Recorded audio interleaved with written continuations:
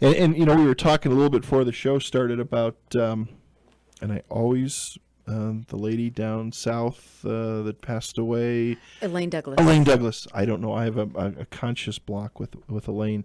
Both of you, and Alien Dave and Utah. I mean, talk about ufology, and this is the place, man. I mean, it absolutely is. It is. I mean, you look at it too, and I always say Dr. Frank Salisbury. I mean, he's we have a lot of really fascinating people here that have kind of been under the radar, and we just have a lot of good stuff going on. So yeah. And you got Area 51, you've got Area 52 or whatever, and Skinwalker Ranch. Yeah, I mean Area 52. Right. Yeah, that's the new hotspot. And isn't Ryan Burns, of course, is kind of he is the Skinwalker Ranch expert living down there. And I know when I talked to Ryan, or we had him on the show last time, he talked about a new area called G2 or G4 that's down there in the Uinta Basin, and there's a lot of weird things happening there. So that whole, and what's your take on it, guys? When you ask Ryan, of course, he'll talk about what he has seen with his own eyes, what he's captured on film. It's a very mystical place. It has a lot of deep Indian heritage, right? Tribal rant, right. Tribal. There's some people that believe that the metallurgy of the earth, the magnetic fields, are very strong there. What's your take? I mean, what do you think? Oh, I that is the $1 million question there. We should probably ask Bigelow. Let's get him on the line. Spent $1 million trying to figure it out. But, it's a fascinating place. And when we were talking, when the show first started about my trip up to, that neck of the woods, and it was, there's just something that's very palpable. You've got a really weird energy, and up there we've had lots of sightings reports where the Ore oil fields, are, which is on Ute tribal land, and I mean, they're all of the guys that work in the oil fields. I mean, it's like, oh yeah, did you see the UFO up there? Did you see the orbs over there? Right. I mean, it's just kind of one of those things that it happens. It's daily life. It's accepted. It is accepted, Right. and it's not really talked about too much. I mean, they're still really keep things on the down low, and it's interesting. But when the outsiders come in, or maybe not the outsiders, but when the investigative type people come in, we go, wow, this is crazy. I mean, there's some crazy things happening here.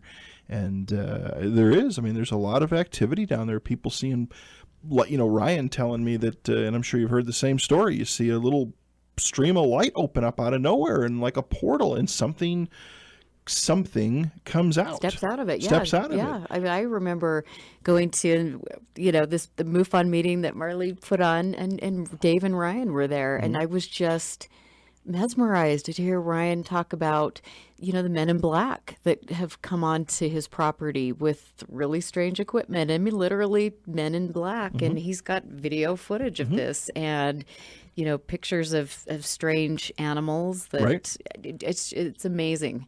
It really is, and this area has, for hundreds of years. And in his book, he talks about, I don't have any reason to doubt him, but he talks about people in town that tend to be taller and lankier and wear baseball caps. He's, in his book, he has a couple of drawings that he's put in there of what he would call is not a human being. Well, I better go hang out in the convenience store up there. Jeez.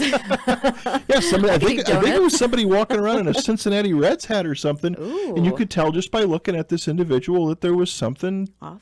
Something not quite right. It was interesting. I had somebody tell me, we were talking about Vernal, and I guess it was, I don't know if it was at the beginning of the year, but there were a lot of stillborns In that area, and it made the news. And so there's some really, I don't know what that was attributed to, but there's definitely some funky business going on up there. Really. And even if you don't believe in any of that stuff, just go to the gates of Skinwalker Ranch and have a 2-minute experience. That's a fun one. Now, my understanding is, haven't they kind of blocked that off a little bit? It's a little harder to get up to the gates now. I had to go there. just to say that I went You there went there. because it was, whatever. I've been reading about it forever. It was so much fun. But, we get up to the infamous gates and they've, all of a sudden the spotlights come on and then the dogs come out from the. So did somebody pop out when you were there? Oh, yeah, the second we drove up, we weren't even close to the gates. I mean, the spotlights came on and then you hear the little Really? voice over the megaphone, get out of here, get out of here. And then the, attack dogs are unleashed, the hellhounds, that are. So you experienced this firsthand. Yeah, it was awesome. It was now what I've heard, I had a couple people call in when we had Ryan on the phone. Some people said this husband and wife, they went down there just to check out the area. They weren't really near Skinwalker. They were near, but they were on a public road. They didn't go up they didn't go up some farm road A12. They were on a public, kind of a deserted type of road. And they said that all of a sudden they're doing like 35 miles an hour, and 3 or 4 guys in full black ops type gear with rifles appeared right on the road, stepped out on the road, and actually flagged him down, and just said, "You don't need to be here. Go back to where you Wow. come from." And people have been getting harassed down there. I've Right. heard more and more about that. I can understand with Bigelow's place, maybe there's private security. They just don't want you over there to get a Right, and snapshot. there are people like me that want to go stand at the gate and have my picture taken. And so Wait for that alien guy I to show know, up. seriously. But and so I understand that. I mean, you get sick of people and they're coming onto your property and doing all sorts of things. But I can say too that I was You were down not on there. their property. You experienced it. So What do you think they're doing down there? I mean, really, what do you think Bigelow's doing down there? oh boy, I don't. From what I understand, I think the research has perhaps tapered off a little bit. I don't know. I think at one point it was rumored that he had pins outside where they had animals chained up almost to lure whatever presence was there. There, I don't know. I think it's very peculiar though. Well, I know that Ryan on his site has caught a lot of orbs, lights flying around near the ground, stuff flying overhead. I mean, some strange stuff. And Marley decided to spend an extra hour with us. You want to take a quick call? Got Roger on the line. You ready? Ready. Roger, good evening. Welcome to Fringe Radio. Hey, you know what, you guys, doggone it, I was living in Nevada in 1993, 92, and then I discovered Art Bell down in Pahrump. Uh-huh. And then so I really got turned on to the things, and stuff, and what we're talking about. Right. So, and I've listened to Coast to Coast all these years to the transitions, and I think it's a wonderful thing. I stumbled onto your show tonight. I was just scrolling through my radio because I'm a radio guy. I'm not a computer fella. I don't watch much TV. I like radio, and man, it's cool. I've listened to these shows all these years, and I've never called in. You're the first one I've called into. So. Well, that's great. Yeah. Yeah. When did your interest in all this start? Years ago? 93, Yeah. Art Bell out of Pahrump, Nevada, when he first started his Coast. You know what I'm talking about? Oh yeah. Yeah, he's the father of this bit as far as in the medium. That's what I think. So. Art Bell's great. He's been Oh, around yeah. a long time. But have you had any personal experiences with anything otherworldly? Oh, well, yes, I have. Well, let's hear your Matter of best experience. Yeah, let's hear it. Well, I'll hear you're gonna hear my best experience. It was my first experience actually. I was living off in Mendocino County, California. I don't know if you guys know where that is. Oh, yeah. I do. Beautiful. Yep. And living up there in a ranch, 5,000 acre ranch, and just living up there and running my cows and so one night I'm up there and I went down to water my cows and I saw this thing that's like it was blinking on the ridge because up there they're not big mountains like they are here, but they're they're coastal mountains, so you have a ridge line. You know what I mean? Right, yeah. And so I went up there and I drove my cows down and to this watering hole, and the scene kind of kept not following me, I'd say, but it was way out there. It was, might have been a mile out there because you can see from long ways out there. It's dark. There's no city lights. I mean, you can see stuff, And this thing kind of like kept moving around what we were doing. And then my buddy at the next ranch down, he had night vision. He had a night vision Oh, I goggle. love night vision. Yeah, Yes. and so I said, "Hey, man," I go, "we got something going on up in here." And this lasted. I mean, this thing just didn't hang around for a couple seconds and split. It was there for a few hours, and that's what kind of struck us funny, because it was like hanging out, So describe So the object a little bit more. Well, he had first generation, so he had just like the optical. You guys are probably in like 3 or 4 generation, right? Right. And first Yeah, right. generation. So Great. this is like this is the first ones. But when we put it up to our eyes, we had to share it, of course. But we could see it would look. You know what it looked like? It looked like a witch's hat. That's interesting. Go ahead. Pardon me? Go ahead. Sorry. A witch's hat. Yeah, because it had like you have the standard saucer looking thing. You know what I mean? With the lights going all the way around the bottom. Right. Kind of a Right. deal. But this had like a witch. I can only explain it as a witch's hat. It had like a little tower on it somehow. Oh, interesting. What But it was, but that was dark. But the perimeter had these like flashing lights that went all the way around it. And you could see it with the naked eye, but you couldn't make it out. But once you put the night vision on it, you could really see the sequence of it. You know what I'm saying? Right. Because in the naked eye, it just looked like a blinking thing. So we didn't know what the heck it was. It could have been a satellite or something. But when we got the night visions out, man, it was something. And, and right now I'm telling you this story, it still makes my hair stand up. I mean, it was for what is true. I mean, there was no baloney. This is Well, experiences like hard-code. that change your life, really. It did. And you know what? And I'll tell you guys something. Now, this happened like 10 years ago, and my daughter lives up in there. And I was up there on my birthday in September. And you know what? I saw it again. Oh, wow. But only one night. And I looked in the sky. Towards that same spot every night, and I saw it once. Here again, all my hairs are standing up telling you guys this stuff. And my daughter, she believes in it. We were talking earlier. You guys were talking earlier about the youngsters.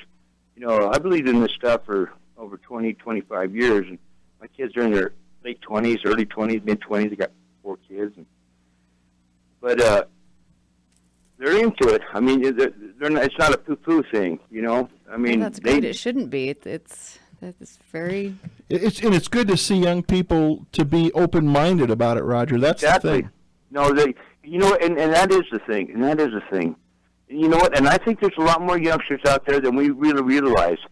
Even though we have this, internet stuff. Like I told you, I'm not an internet guy. I'm just a radio fella. But it's instant communication. But I think there's an underground of youth.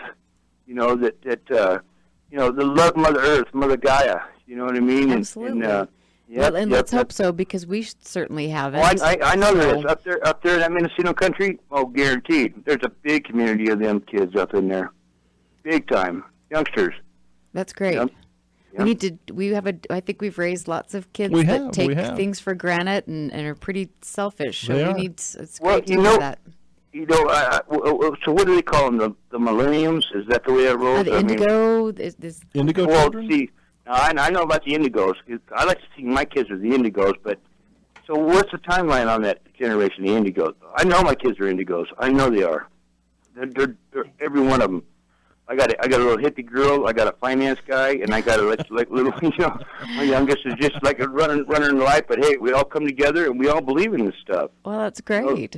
yeah. Life is fascinating, and we It is. don't know anything. We just need to pay attention and trust our senses and intuition. And Exactly. And if I could share something with the audience, is like what I've tried to say with my kids, and I ain't the best father by no means. I mean, I've way mistakes. But what I'm saying is, always question authority with respect. You know what I mean? Don't Right, just right. because they say it's so doesn't mean it's so. absolutely, that's a Mind lesson if I've you- learned lately.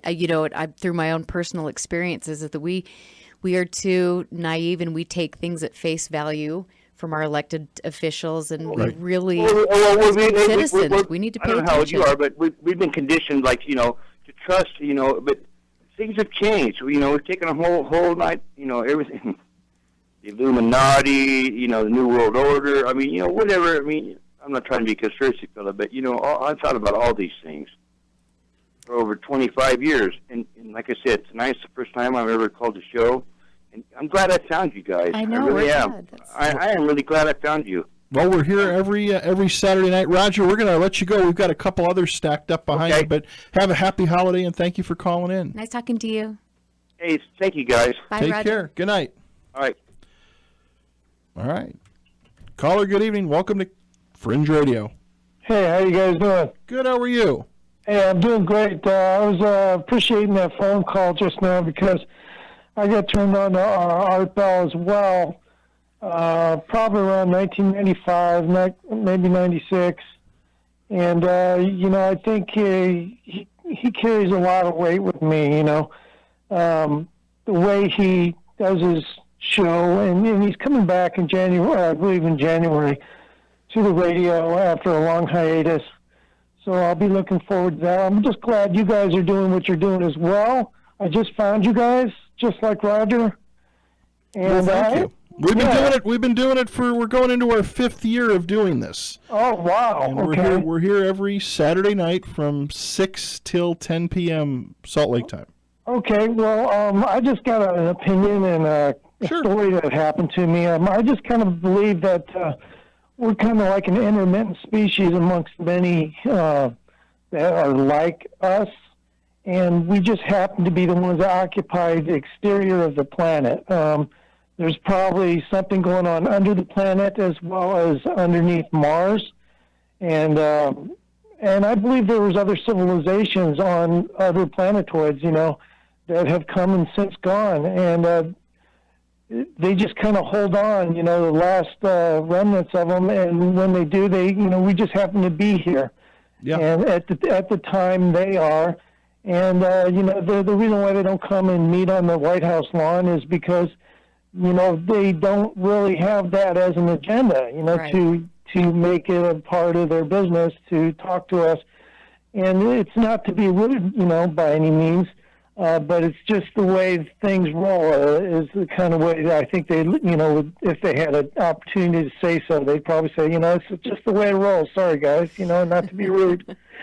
But I had an incident when I was young. My dad was building a house in Piedmont, Missouri, and it was a lot of UFOs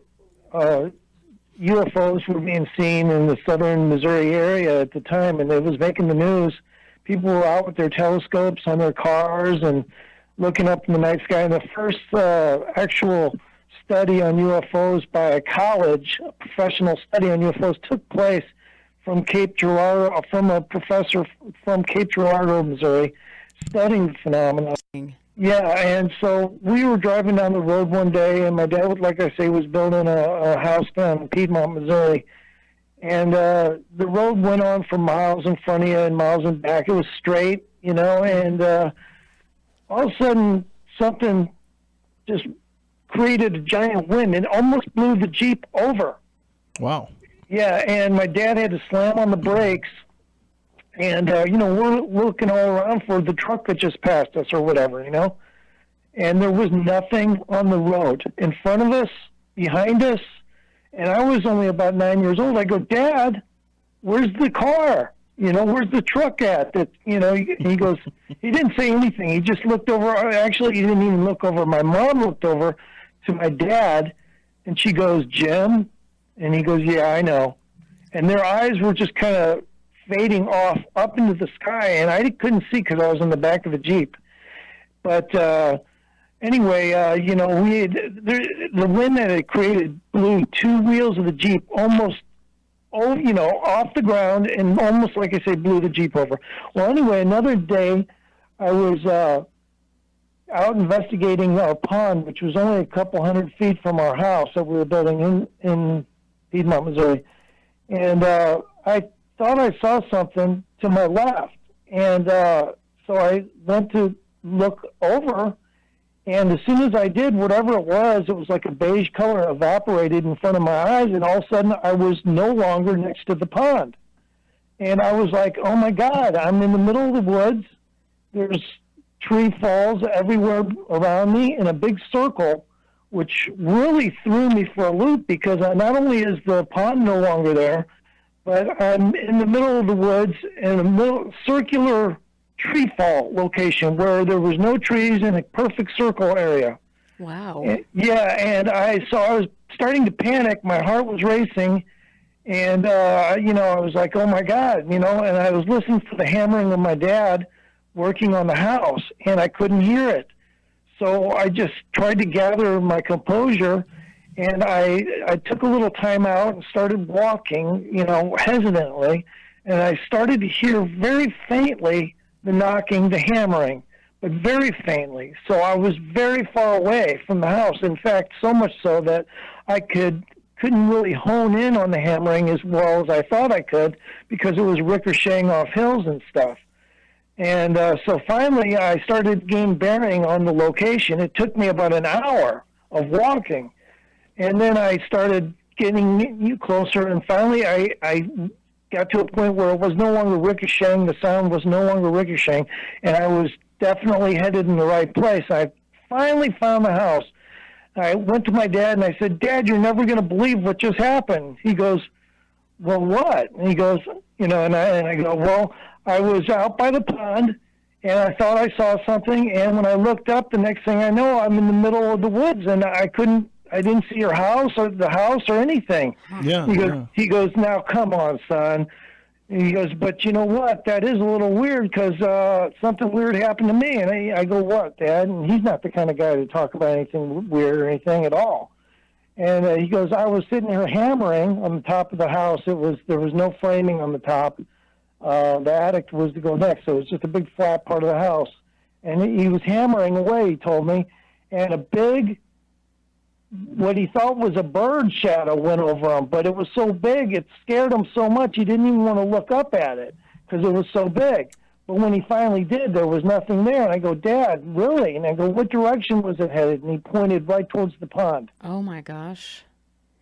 So I'm starting to wonder if maybe I was actually abducted, It sounds like perhaps there's something going on. Have you filed a report on this? Because you can go to the MUFON website and file reports that are historical. Yeah, it was an old report, so I kind of, no, I really haven't done anything like that. And, I kind of cherish these moments, but I feel, when I get to a radio station like yours, it'd be a good time to maybe spill the beans about something like this. Maybe I should in the future, but since then I've seen about I would say almost 30 UFO sightings, that is, and I was probably one of the first to report one of the triangular kinds. The first ones, it wasn't the stealth, it was just it looked like a freaking space plane of some kind, And I haven't ever reported anything to MUFON. I kind of hold close to my heart these sightings. I totally understand that because they are so personal. But stuff like this is really important for us to try to put the pieces together. And so even if you could, or even for yourself, just get a journal and make sure after you have an experience, the second you are done, you are writing something down and you're remembering as much detail and putting that down so you have that information for yourself. Yeah, and if I could really quick. Sure. Got about a minute. Okay, right before the Phoenix lights happened, about 2 weeks before the Phoenix lights happened, I saw that boomerang craft. I believe it to be the same thing that was sitting right above Mount Charleston in Las Vegas at about 30,000 feet. And it was just sitting there. And, for all intents and purposes, anyone that may have looked up there would have thought, if they briefly looked at it, they may just think it was a bird. But it was locked solid in the air. It wasn't moving. And if I held my arm out at arm's length, it would probably be pea-sized. But it was a black boomerang. It was just sitting above Mount Charleston, about 30,000 feet, pointed towards Las Vegas. and it didn't move. And when it finally did start to move, it corkscrewed slowly and moved off towards Jean, Nevada. And 2 weeks later, the Phoenix Lights happened. Oh, wow. Amazing. Hey, thank you so much for your call in tonight, and appreciate you listening. Erica Lukes is here. Marley Spendlove's here. A lot of people have a lot of things happen to them. Isn't it great that thank you so much for giving them the forum to talk about it. What you do is really important. Well, it's about being open-minded and letting people talk and letting people know that they're not crazy. Things do happen to people.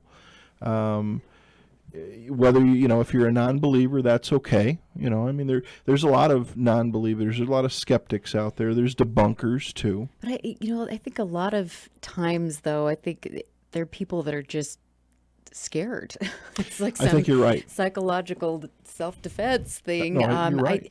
I know, and I've always had a lot of really strange paranormal experiences happen throughout my life, and I'm a very open book when it comes to my experiences, and I share them with, people that come into my place of business and on Facebook, and the more I do that, the more the amazing stories that you hear about people that have had ghostly experiences, right, UFO exactly. experiences, and so people just have to get comfortable, and then they share lots of amazing stuff. They do once they feel comfortable. Yeah. And that's what this is all about. It's not about degrading anybody or throwing anybody under the bus or like I said, as I mentioned in the other hour, I do sometimes get emails. People say, well, you need to challenge this guest. I don't need to challenge anybody. I'm not here to challenge. Right. I'm not here to debate anybody.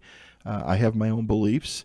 And if I voice them to myself. I don't voice them to somebody else. I don't challenge anybody.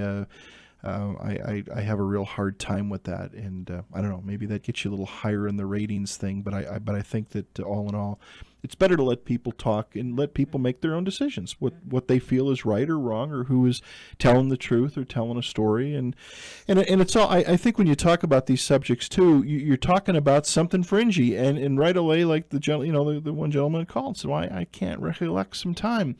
I think it's good that we have a place like this. For people to call in and discuss these type of things, and it gets others thinking is what it's about. It absolutely does. And I think, it always makes me not giggle, but I just am kind of in shock at how much people choose to believe in, and yet these same people believe in these things almost blindly, and then they ridicule people for their beliefs that actually have more more holes in them than anything. Well, I mean, I don't know. People are funny. So tell me about this show you do on Friday night. So Friday nights, I have been a guest on LA Talk with Cameron Datzker, and he's Ruben and I. Ruben first told me about him, and Ruben Uriarte, and I met Cameron, and I just fell in love with him. He's just a great human being. He's like my brother. I don't know. We talk a lot, and he's a good person. And so he talks a lot about UFO sightings. He talks about really anything. He's a great talk show host. So. And what time is that on? So that is on. It's 9:00 here. Okay, And 9 till 10. 9 till 10, and he's great. And hopefully Cameron and I are going to make it down to the UFO Congress. He should come, and we can meet some great people and interview people. It'll be fun. It would be a lot of fun. I would like to make my way down there if all the cards line up. I think it would be a lot of fun. I think to meet a lot of these people, well, not fun, but educational, to be able to meet a lot of people one-on-one, like we mentioned during the breaks. I've had close to 600 people, I think, we've interviewed over the years, but there's still a bunch that I haven't, and I think that you have to make that physical contact, even if it's just being in the room with them, shaking their hand, giving out a card, because these are touchy subjects. They really are. I mean, people can get. You don't want to discredit anybody, and I think somebody doesn't want to get called on to, be on a show, do an interview, and as I call, get the Howard Stern effect thrown at them, just for a ratings hike. Right. And there's a lot of talk shows that do that, especially terrestrial radio shows. Oh, brother. Well, you take a lot of flack, I think, in this field for sure. That's do. definitely. I know personally, I've been. We were just talking about that on the break too. I have found myself to be somewhat of a little political activist doer because I've had some recent events that have kind of rocked my world, and I know that the powers that be have looked into my background, and they definitely have gone on the trail of discrediting me because of my interest in ufology, which has made me giggle a little bit because if that's all you got, I don't know what to tell you. Well, and it's it's not a taboo subject by any means. I mean, it's something that is of interest to many people. And it is just by that name, ufology, unidentified flying objects. Right. They could be of this world. They may not be of this world. There may be a real explanation, and that's I think with a group like MUFON and the research that you're doing. Like you said, you're pulling radar records from the airport to see, was it, things can. I mean, and I think I mentioned this on the last show. I get up in the morning. I usually do not head south, but every now and then I'll have a client site down south. And back in, I think it was August, we had to get down to Provo. Had to be down there at 5:30 in the morning. And I saw this thing up in the southeast corner. I said, "That's a UFO." Well, it wasn't a UFO. It was the most famous UFO, and it is Venus. It looks just like a twinkling ball turning Venus in the sky. Is responsible for a lot of It sits low on the horizon. It really it flashes. It looks like it's colorful. So that's the big thing. And you got a group like MUFON behind you and the research you do. You want to. You're putting the facts out there and you're backing it up with something. Well, absolutely. And that's, when I went to my first MUFON symposium, I was so impressed because, you think, oh, we're the tinfoil hat club. We're going to sit out here and rub our little, hangers together and hope that the mothership comes. And I think that's and you really are. I know. Well, maybe, in my free time with my night vision goggles, when I'm looking for William Shatner. But I think that, people have that unfair idea in their head. And I have never honestly met a more down-to-earth group of intelligent people in my life than I did when I have met all of the people from MUFON. I mean, these are people that have worked for NASA. These are people that have worked in law enforcement. Right. They are amazing, brilliant, and they're not playing around. This is something they take very seriously, and they will scientifically prove or disprove what's happening. Right. So. And that's what I mentioned before. I really do. I've had Stanton Friedman on the show a couple of times, and I know Stanton, and I'm glad he's doing better. I know he had a heart attack this year. Everything I hear, indication he's doing a lot better. But that man has dedicated his life to the whole Roswell incident. And I've said this when he was on the air. I've told him this every time, and maybe I sound like a broken record. I hope that in his lifetime, that someday he gets that phone call from somebody that says, I've got this thing wrapped up in the rag in the back of my drawer down in the basement that I was always afraid to pull out, and here's a piece of metal. Here's what I really found. Here's that thing that you can twist and turn and pops back. And just like a lot of us, it would be great to see that big craft appear, even if they don't land on the White House lawn or whatever, but something that just pops up in the sky and everybody just says, wait a minute, there's much more to this. Right. This big picture than we see here. I mean, something that even if it flashed there for a minute and disappeared, where everybody would say, kind of like that movie 2010. I don't know if you ever saw that, the follow up to 2001: A Space Odyssey. Oh yeah. About a second sun that appears, lets people know that there's more to life than we're not the only ones in this big mecca. But even then, like we were talking about the Phoenix Light. I mean, it lights 10,000 people. Right. You wonder what is it really going to take, and even if there was a big spaceship up there, I mean, there were still going to be people that they couldn't wrap their brain around it. I think if that would appeared in the middle of the day, though, because people say, and that's the thing too. That's what kind of gives it the little mysterious twist. Is you hear people that say, yeah, all these lights followed in the row, and then there's people that say, no, there was superstructure, there was a craft, right, but it was dark, and a lot of the photos were taken. But if that thing, the size of it was the size of the whole Phoenix Valley or if that would have flown over at 3:00 in the afternoon during rush hour, you know. Well, we better put a fax into those the We people that better. are, operating the ship. I don't Powers, know. the I powers don't know to if we be. could handle. I don't know if we could handle it. So Maybe you they know. you went to the MUFON symposium. I did. Is that anyone that's interested in? Are these good? I've never been to. I've been to some paranormal conferences. They're different. It was fun. It was, to say the least. But is it worth something if you have an interest in this field? Oh, Is it worth absolutely. something? It is, worth and getting? it's an expensive endeavor to Right. go. I am super excited about the event in February, and then we're having the new symposium in Long Beach. I believe it's going to be in December. But it is, and not only do you get to hear these speakers that I've been reading about and heard about for a long, long time, but you also get to make connections and meet people with similar experiences. And I met and connected with some people that I adored. It was Yeah. such a great thing for me, and I would definitely recommend it. Got to get down there. And then this year at in Phoenix, what we're going to have Bob Lazar. Bob is gonna, Lazar, Bob yeah. Lazar I is heard going to be Stanton there. Freeman's actually Stanton gonna be Freeman's there. going to be there. Maybe they'll get into a fight or something. Ooh, Because Oh, yeah, because Stanton Freeman doesn't believe thinks he's in a it. hoax, right? I think George Knapp is going to be there, and then of course Tom Carey is going to present supposedly these photos that nobody can discredit. well, You know, that'd be good. so that would be interesting, and I think there's a whole plethora of ufologists that will be down there. Right, and Richard Dolan. I just have to, I love Richard Dolan, so I'm excited. That's my thing. I think it'll be great. never had him on the show. He does a show on Saturday nights, I think, same time ours is. So we'll have to see if we can maybe work something out one of these days. I had Karen on, and she was great, and I'd like to get him on. Very interesting, very knowledgeable. A lot of books he's written, and people that he's coached, people that are part of his, I think his publishing, Keyhole Publishing or Key House, whatever it is.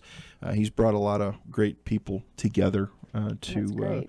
to work and write on this, write on these subjects. Right, he's amazing, and I also, while we're on that subject of book stuff, MUFON just purchased ArcStar Books. Okay.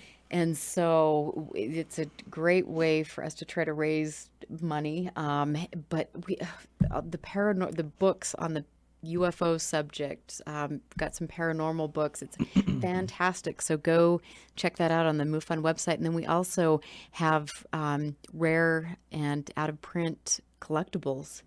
So you can get some of these first edition books that are signed by the authors. Oh, that's It's cool. just And that's on the really, MUFON. really Is that like cool. a MUFON bookstore? It is on the. Okay. It's, yeah, there'll be a little section in the MUFON tab where you can get the ArcStar Gotcha. books. It's really, really cool. Gotcha. Yeah, and we've got great books by Ruben, who I always mention. But Well, and him and Noe Torres, they have their own. I can't think of their little publishing company. We've had both of them on the show, and unbelievable work they've written. I mean, we just touched the base on one of their books about this. I know this sounds. Isn't it Roswell Books? Is it Roswell? Roswell Books, Yeah. that's it. Yep. And then they do their big conference too, their big Southwest event every year too, or maybe is it biannual now? I don't know. So a lot of stuff. Micah cool. Hanks does his big symposium up in Minneapolis, and ton of cool stuff. Yeah, a ton of cool stuff. And I want to just mention too, the Ruben has it at ArcStar Books, and then on his website, Mexico's Roswell, Right. which was about the Chihuahua UFO crash, and the other Roswell, and we've actually great material. A lot on of this reading subject. out there. Yeah, a lot of reading. out Ryan there. Burns has a book too. Is he coming out with? Wasn't there talk of him doing a second book on Skinwalker Ranch? Well, I hope. Yeah. He better. Yeah. And he better come down and see us quickly. Yeah. Love We Ryan. need to get him back on the air. We've asked him to come to the studio, but I know he's far south. But we'll get him back on again. Well, hour 3 went really quick, and I appreciate you both sticking around. Hope Debbie is okay. We're going to have Crispy Risk is going to be on after the news break, talking about astrology and the weather. And then it's going to wrap it up. I want to wish you both a very happy holiday and a Merry Happy holiday. Christmas. Hard to believe Christmas is less than a week away. Boy, yeah, I better start shopping. You Maybe better start tonight's the night. Well, a After lot of the watching my scary websites movie. are stating that if you get the order in by Monday, I think at noon, most of them are guarantee arrival before that's Christmas comforting. Day. Well, if Savers doesn't have it, I'm not interested. Okay. Gotcha. Erica, appreciate you being here. Marley, thank again, you. the event next Saturday night, we'll push that before we go off the air. And again, thank you so much for taking the time to come and join us in the studio. And we got to do it again because there's just so much stuff to cover and so many cool things to discuss. And also, real quick, your business. What do you do during the week? Go ahead and do a little plug for your. My day job. That's your day nice job. of you. I own Total. My husband and I own Total Body Pilates. So I'm a Pilates master trainer and have wonderful, great, fabulous clients who get to put up with all of my stories about the paranormal. It should be called Paranormal Pilates, but that's okay. It's wonderful. Do you have coffee and donuts over there Coffee too? and donuts. You have Coffee all and that? we do. It's great. Maybe a little wine. We don't know. Yeah, that's okay. Thank you both for being here so much.